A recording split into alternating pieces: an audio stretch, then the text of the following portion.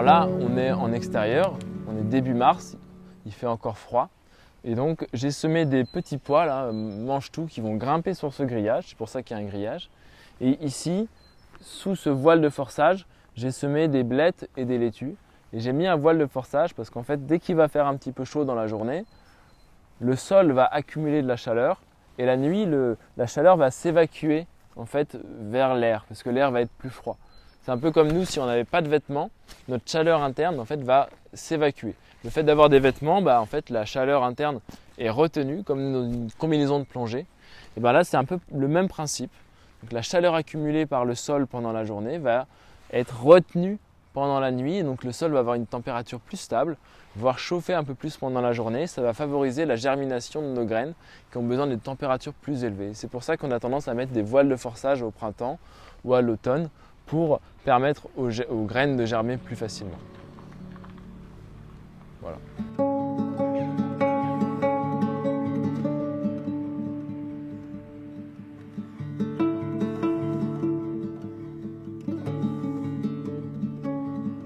Alors là, on est sur du semis en plaques alvéolées.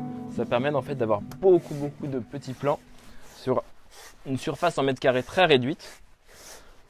Pour ça, il faut vraiment utiliser un terreau assez fertile. Et là, je suis en train de faire des petits trous avec la partie mâle en fait du système de millimotte. Et là, par exemple, c'est des tout petits trous, je vais mettre des oignons blancs. Les oignons, c'est assez résistant à la sécheresse, donc je peux vraiment créer des petites mottes assez facilement. Ce qui va me permettre, par exemple, de pouvoir mettre au moins 3-4 graines d'oignons par trou. Ça va me faire des petits plants avec plein d'oignons. Et je vais les vendre en frais. Donc je peux même en mettre 4 ou 5, c'est pas grave. Parce que c'est pas pour faire des oignons de conservation. Là où on en aurait mis 2 ou 3 pour les oignons de conservation, on peut en mettre 4 ou 5 pour les oignons frais. Parce que même s'il y en a plus, en fait on va les cueillir très jeunes. Ça c'est pour les oignons par exemple. Donc, petite motte, petite graine, petit plant. Et là par exemple j'ai des mottes un peu plus grandes dans lesquelles je vais mettre des artichauts. Et comme les artichauts c'est des plus grosses graines et des plus gros plants, on va mettre juste une graine par motte pour faire un plant d'artichaut. Donc là on est début mars, je vais pouvoir commencer mes plants d'artichaut que je vais repiquer fin avril dans le jardin, si possible à l'abri du gel. Et normalement ces artichauts là vont donner pendant l'année déjà des artichauts. Si vous arrivez à conserver les plants à peu près à l'abri du gel, ils vont résister d'année en année et vous allez pouvoir avoir une plante vivace. Mais parfois cette plante va se faire soit manger par des rongeurs, parce que les racines d'artichaut c'est très bon, pour les rongeurs du moins, pas pour nous. Et sinon, vous allez réussir à les conserver d'année en année. Ça va craindre un peu les gelées, et sinon vous pouvez les avoir. Voilà. Donc voilà des exemples de choses qu'on va semer. Et vous voyez que plus on va avoir un plant un peu gros qui va durer longtemps, plus on va mettre dans des gros pots. Comme la tomate qui est là, qui va faire un plant encore plus gros. On voit que là, tout petit trou moyen et motte un peu plus grosse, parce que la plante va rester plus longtemps dans le pot et va demander plus d'énergie, plus d'eau, plus de nutriments. L'oignon, c'est vraiment une plante qui résiste à plein de choses, qui peut pousser dans des terres un peu pourries. Et donc on peut vraiment en mettre plein dans des petites mottes, ça résiste et ça marche très bien.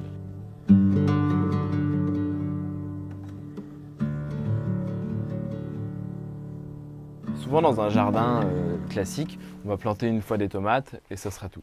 Quand on fait du maraîchage professionnel, on a tendance à faire plusieurs plantations. Donc j'ai un premier semis très tôt dans la saison que je vais implanter dans le jardin un peu plus tôt dans la saison, si possible avec des variétés précoces qui vont donner plus tôt dans la saison. Et en général, ces variétés-là, au bout du mois d'août, elles commencent un peu à décliner, donc il y a moins de production. Et donc on va faire un autre semis un peu plus tard, là pour le coup un mois plus tard, qui va permettre d'avoir des tomates qui vont tout d'un coup être au pic de production au moment où les autres tomates d'avant seront un petit peu en baisse. Et donc on va pouvoir faire comme ça jusqu'à 1, 2, voire 3 semis de tomates. C'est pareil pour les courgettes par exemple. Et on va pouvoir remplacer parfois certains plants qui commencent un petit peu à décliner ou à tomber malades et paf, on en met d'autres ou on enchaîne sur une autre culture pour pouvoir optimiser la production tout au long de l'année. C'est pour ça que là, je ressème des plants. C'est aussi que si jamais je veux en mettre dehors, en extérieur, c'est encore possible, j'ai besoin de les avoir plus tard mes plants. Si les plants sont prêts début avril, dehors il fait trop froid. Par contre, sous serre, je peux les mettre avec un voile de forçage. Si je veux planter des plants de tomates début mai dehors, voire vers le 10 mai après les 5 glaces, je suis obligé de semer des tomates un peu plus tardivement. Sinon, mes plants vont être trop développés, ils vont souffrir dans ces petits pots. Et même si je les repique, après, ils vont être stressés parce qu'ils vont avoir passé trop de temps dans les petits pots. Donc, il vaut mieux commencer ces plants plus tard, qui seront donc en bonne santé. Et ça, j'aime bien faire ça, en mettre un peu dehors, parce qu'en fin de saison, quand ceux sous serre commencent un peu à fatiguer, paf, il y a une grosse production qui arrive dehors. Alors le risque dehors, c'est qu'il y ait plus de maladies à cause de la pluie et des météos un peu plus fraîches et tout ça. Mais en général, ça a le temps de donner une bonne quantité de tomates avant de choper toutes les maladies en fin de saison, quand il commence à y avoir des brouillards tardifs et tout ça, et des nuits plus froides qui font qu'il y a beaucoup de condensation, beaucoup d'humidité dans l'air et que ça développe des maladies. Mais en général, j'arrive à produire pas mal de tomates avant tout ça.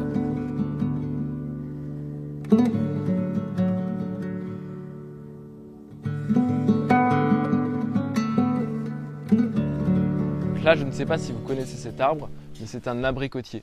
Souvent, les gens mettent des abricots un petit peu partout, à des endroits improbables. Et là, en fait, je l'ai mis contre le mur au sud d'une maison, justement pour créer un microclimat favorable, parce que les fleurs de l'abricotier arrivent très tôt dans la saison. Et si vous zoomez ici, vous verrez qu'on a déjà les petits abricots. Et donc, s'il prend une gelée en fait à ce moment-là de l'année, tout va mourir. Okay ? Donc déjà le fait d'être contre un mur au sud, il y a une petite différence de quelques degrés par rapport au fait d'être au milieu d'un champ, en plein vent, etc. Donc ça peut permettre vraiment de protéger ces abricots. Et là, l'idéal, si jamais il se met à geler, parce que pour l'instant il n'y a pas de gelée prévue, donc tout va bien, ça serait de le recouvrir d'un voile de forçage. Parce que je vous rappelle qu'on est en région parisienne, et donc il fait encore froid en fait jusqu'à fin avril ici. Et les abricots, c'est pas pour rien que c'est pas une région productrice d'abricots. Et c'est pour ça que dans le temps, à Versailles ou à Montreuil et tout ça, ils avaient créé ce qu'on appelle les murs à pêche. Et donc c'est des endroits avec des murets bien orientés, à l'abri des vents, pour créer des écosystèmes, des microclimats favorables en fait à ces plantes qui viennent normalement plutôt du sud de la France. Et l'année dernière, par exemple, j'ai mangé plein d'abricots, c'était super bon. Mais l'année dernière, c'était un peu particulier parce qu'il n'a pas gelé au printemps et ça, c'est assez rare. Donc là, je vais regarder attentivement la météo pour être sûr qu'il ne gèle pas. Et si jamais il y a une gelée qui arrive, je vais l'emballer en fait avec du voile de forçage pour essayer de protéger ces futurs petits fruits là qui vont arriver. Donc c'est pour ça aussi que je mise pas toute ma production sur l'abricotier, j'en ai mis qu'un seul pour le kiff, parce que franchement manger un abricot mûr dans le jardin c'est quand même extraordinaire. Mais ça fleurit beaucoup trop tôt. C'est le cas des amandiers, de certains pêchers aussi. Et donc il faut vraiment les mettre dans un endroit spécifique, sous serre ou protégé à l'abri d'une maison, dans une véranda. Sinon vous n'aurez jamais d'abricots. Donc ça c'est très important, c'est que les abricotiers comme les pêchers et comme les tomates, ce sont des plantes autogames. Ça veut dire qu'ils n'ont pas besoin de pollinisateurs pour pouvoir produire des fruits. Ça veut dire que si vous prenez une graine d'abricot, en général, ça reproduit un abricot à peu près similaire à celui que vous avez mangé. Donc, les abricotiers, ce sont des plantes autogames qui sont auto-fertiles. Donc, il n'y a pas besoin d'avoir plein d'abricotiers. Vous pouvez avoir juste un abricotier, il va produire des fruits. Et si vous semez une graine d'abricot, en général, ça va reproduire une plante assez fidèle à la plante que vous avez mangée, ce qui n'est pas le cas des pommes, par exemple, qui sont des plantes allogames qui ont besoin de plusieurs pollinisateurs. Et donc en fait, il va y avoir une mixité variétale. Et si vous avez des pommiers, par exemple, aigres à côté de pommiers de bonne qualité gustative, en fait, vous allez avoir peut-être un mélange qui n'est pas hyper chouette. Voilà.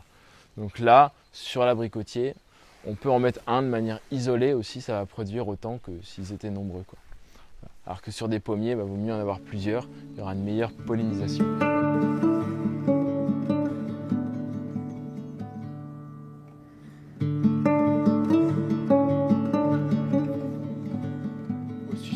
Du paillage, parfois on me demande est-ce que c'est un isolant, est-ce que ça maintient la terre chaude, et en fait ça ne maintient jamais une terre chaude, une paille, ça va plutôt maintenir la terre froide. Et c'est pour ça qu'en été, pendant les périodes de canicule, c'est une très bonne idée de pailler son sol, de le couvrir avec un paillage organique, ça peut être de la paille mais aussi des copeaux de bois, des feuilles et tout ça, parce que ça va maintenir le sol un petit peu plus froid. Si vous avez un sol qui monte à 40 degrés, vous allez avoir plein de micro-organismes qui vont mourir ou s'en échapper. Le sol va aussi transpirer et toute l'eau va s'évaporer. Et si vous arrivez à maintenir une température plus douce au niveau du sol, en fait, les plantes vont en tirer plus profit et les micro-organismes du sol aussi vont mieux pouvoir fonctionner. Le seul moment où la paille va maintenir le sol un peu plus chaud, c'est en cas de gelée par exemple. Si vraiment il gèle fort, et ben en fait le sol lui va peut-être pas geler parce qu'il y a du paillage au-dessus. Au printemps ou à l'automne, la paille va avoir tendance à maintenir l'humidité dans le sol. Ce qui était très chouette en été pendant la canicule, mais ce qui n'est pas du tout chouette au printemps ou à l'automne, parce que le sol va être saturé en eau et va rester très froid. Et ça, c'est très peu favorable à la croissance de vos végétaux. Et donc, c'est pour ça que dans un jardin potager, parfois on va avoir un mouvement au niveau du paillage. On va avoir tendance à l'enlever au printemps et à l'automne, si on veut de la production de plantes en fait, et à le mettre à partir du mois de mai-juin jusqu'en septembre, pour pouvoir maintenir un sol plus frais. Donc c'est pas forcément quelque chose qu'on va laisser toute l'année, tout le temps, et ça va en aucun cas réchauffer le sol en fait. Ça va l'empêcher de refroidir ou l'empêcher d'être trop chaud en plein été. Donc toujours dans une logique d'optimisation de l'espace et d'avoir le plus possible de production au mètre carré, j'ai aussi des vignes. Les vignes, c'est une catégorie de plantes qu'on appelle des lianes, donc on peut venir faire circuler un petit peu partout à travers d'autres plantes en les taillant. Et donc là, on voit vraiment qu'il y a la tige centrale. Et à l'automne ou pendant l'hiver, je suis venu tailler en fait chaque rameau là, en laissant juste un ou deux yeux. Les yeux, c'est des bourgeons. Donc là, on voit les deux bourgeons là qui commencent à débourrer, à germer. Et en fait, ça va produire des tiges sur lesquelles il y aura des petites grappes de raisin qui vont fleurir. Et ensuite, je vais les laisser fleurir. Ça sent très bon d'ailleurs, les fleurs de raisin. Je ne sais pas si vous avez déjà senti ça dans votre vie. Et ensuite, je vais couper les feuilles pour vraiment limiter en fait l'impact aérien de la vigne. Sinon, il y aurait trop d'ombre pour les plantes en dessous. Et je vais avoir comme ça une belle production de vigne, en plus de mes tomates, mes aubergines, mes concombres et tout ce que je vais cultiver pendant l'été dans la serre. Et donc là, je vais utiliser du coup l'espace aérien de la serre plutôt que d'avoir juste des plantes qui poussent en fait au sol. Donc je vais utiliser le couvre-sol en plantant par exemple du basilic, des fraises, des laitues, des oignons pour pouvoir avoir un couvert végétal qui reste en fait à 30 cm du sol. Ensuite, je vais mettre des plantes plutôt hautes comme des tomates, des aubergines, des poivrons ou des concombres qui sont aussi des lianes. Et je vais les faire monter comme ça. Et au-dessus, j'ai de la vigne qui va pouvoir produire du raisin. En fait, j'ai plusieurs variétés, donc ça va produire de juillet à octobre. Et donc, j'ai vraiment comme ça une culture multi-étagée dans ma serre pour vraiment optimiser finalement cet investissement considérable qui est une serre, du plastique, du métal et tout ça, de l'irrigation. Et donc là, vraiment, ça justifie d'avoir une infrastructure comme ça, si on peut produire autant de choses au mètre carré, en fait, dans un petit espace comme ça. Vous voyez ? Et puis, c'est très bon.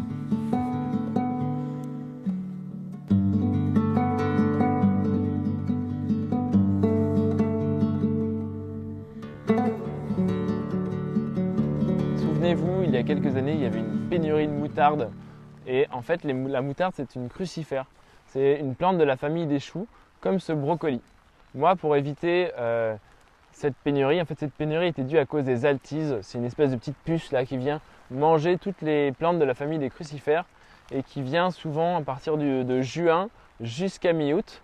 Et donc, dans mon jardin, plutôt que de mettre des voiles anti-insectes ou des produits chimiques pour détruire cette bestiole, j'ai préféré mettre des variétés de choux qui poussent très tôt au printemps ou après mi-août, pour pouvoir en fait cultiver ces plantes au moment où la bestiole en question ne mange plus les choux. Donc j'ai sélectionné des variétés qui, elles, vont pousser soit à l'automne, soit au printemps. Au printemps, très tôt dans la saison, je vais mettre de la roquette, des moutardes, des crucifères comme des radis roses, des choux raves, des choses comme ça, des choux très précoces. Et à l'automne, je vais remettre de la roquette, des moutardes, des brocolis violets. Donc ça, c'est des brocolis violets.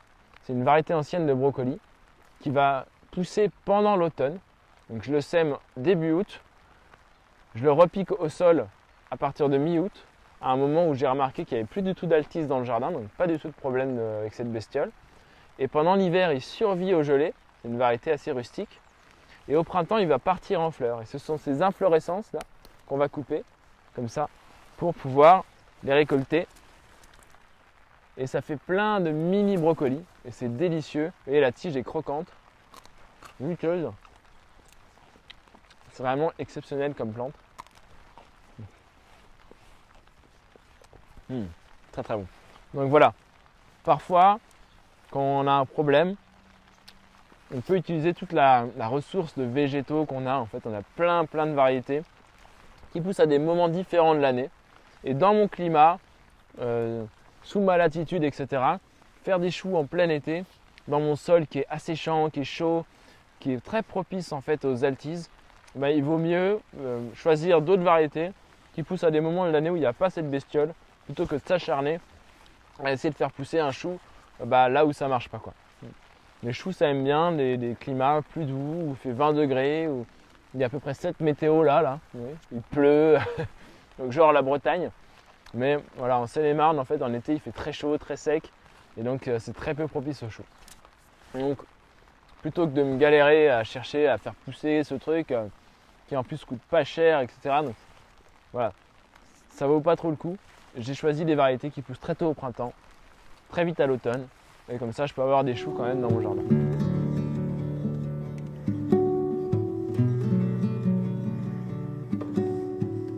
Alors là, juste en dessous de moi, on a ce qu'on appelle dans le Nord un gros tas de brins. Donc en fait, ce sont toutes les plantes un peu, voilà, les orties, tout ce que j'ai pas mis dans le compost en fait pendant 15 ans là que je fais le jardin, je l'ai accumulé là.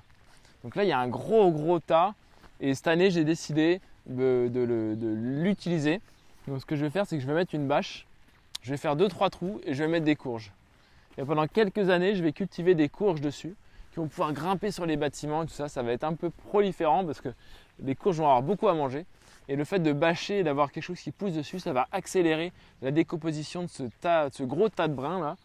Et du coup, dans 1 ou 2 ans, je vais pouvoir me taper dedans pour fertiliser tout mon jardin avec tout ce tas des choses qui auraient été d'habitude brûlées et tout ça. Donc là, il y a de la ronce, des tiges d'ortie, des chardons, en fait tout ce que je ne voulais pas avoir dans mon compost. Il y a aussi de la taille de vigne, les sarments de vigne, il y a les tailles de petits fruits, les cassis et tout ça. Donc il y a plein de bois, il y a plein de choses en fait, vraiment a priori d'ingrat. Mais en le mettant en tas dans le jardin comme ça, et petit à petit, ça réduit, ça va se transformer en bon compost. Et pour finir le travail, je vais le bâcher, je vais semer des courges dessus parce que les courges adorent pousser dans des environnements comme ça. Vous allez voir, si vous revenez un petit peu plus tard dans la saison, là, les potirons là-dessus, ils vont être au taquet.